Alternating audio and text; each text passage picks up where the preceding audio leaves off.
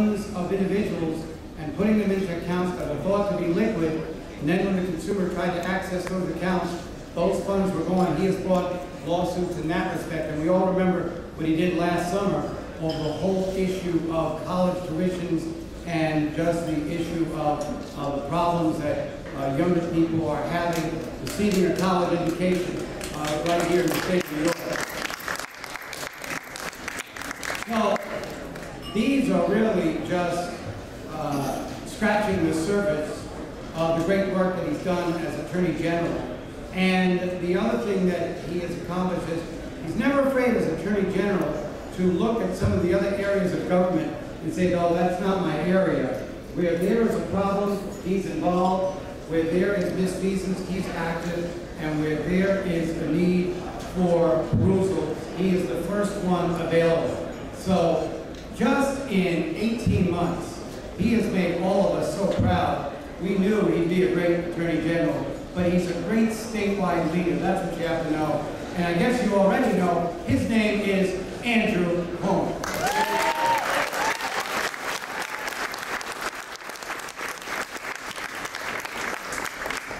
Are there any New York Democrats in the house? I'm sorry, just working. Are there any New York Democrats in the house? You get plenty of time to eat and drink. I paid for this reception, so I want you to eat and drink. If you're not finished eating, you take a little napkin, you bring it home. Let's hear it for Reggie Lafayette and the great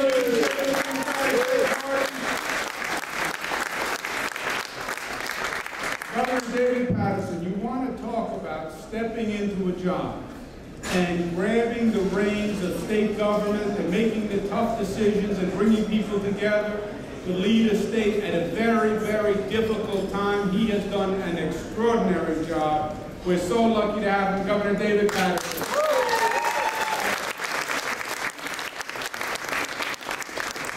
I'm going to just clear up one fact that David said. He meant it in jest. I just want to clarify for the record. We did have a water gun fight. That is true. They were legal water guns, I want you to know. Totally friendly fire.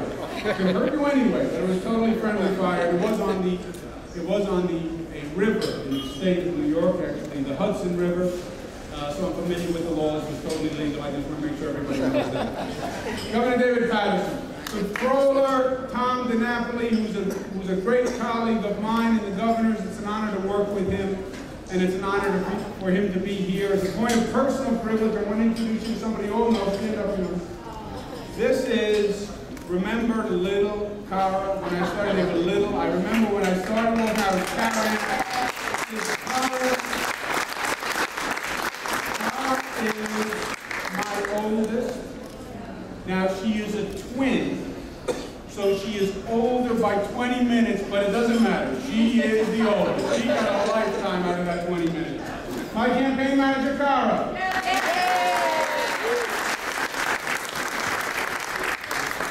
You've heard plenty of speeches. I want to make one point, and I was thinking about it.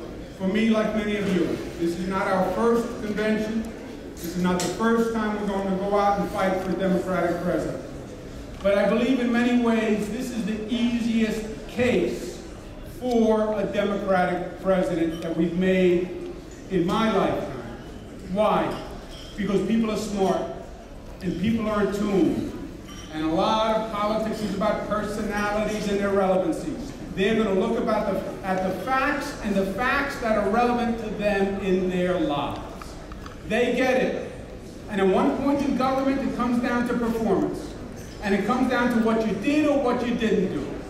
And all we have to do is say to them, look in the mirror, look at your life, look at where you are, look at what this Republican administration did for 8 years, and compare it to what the Democratic administration did when it led this nation. Take the Clinton administration and take the Bush administration, put those two records side by side and tell me who you want leading your country.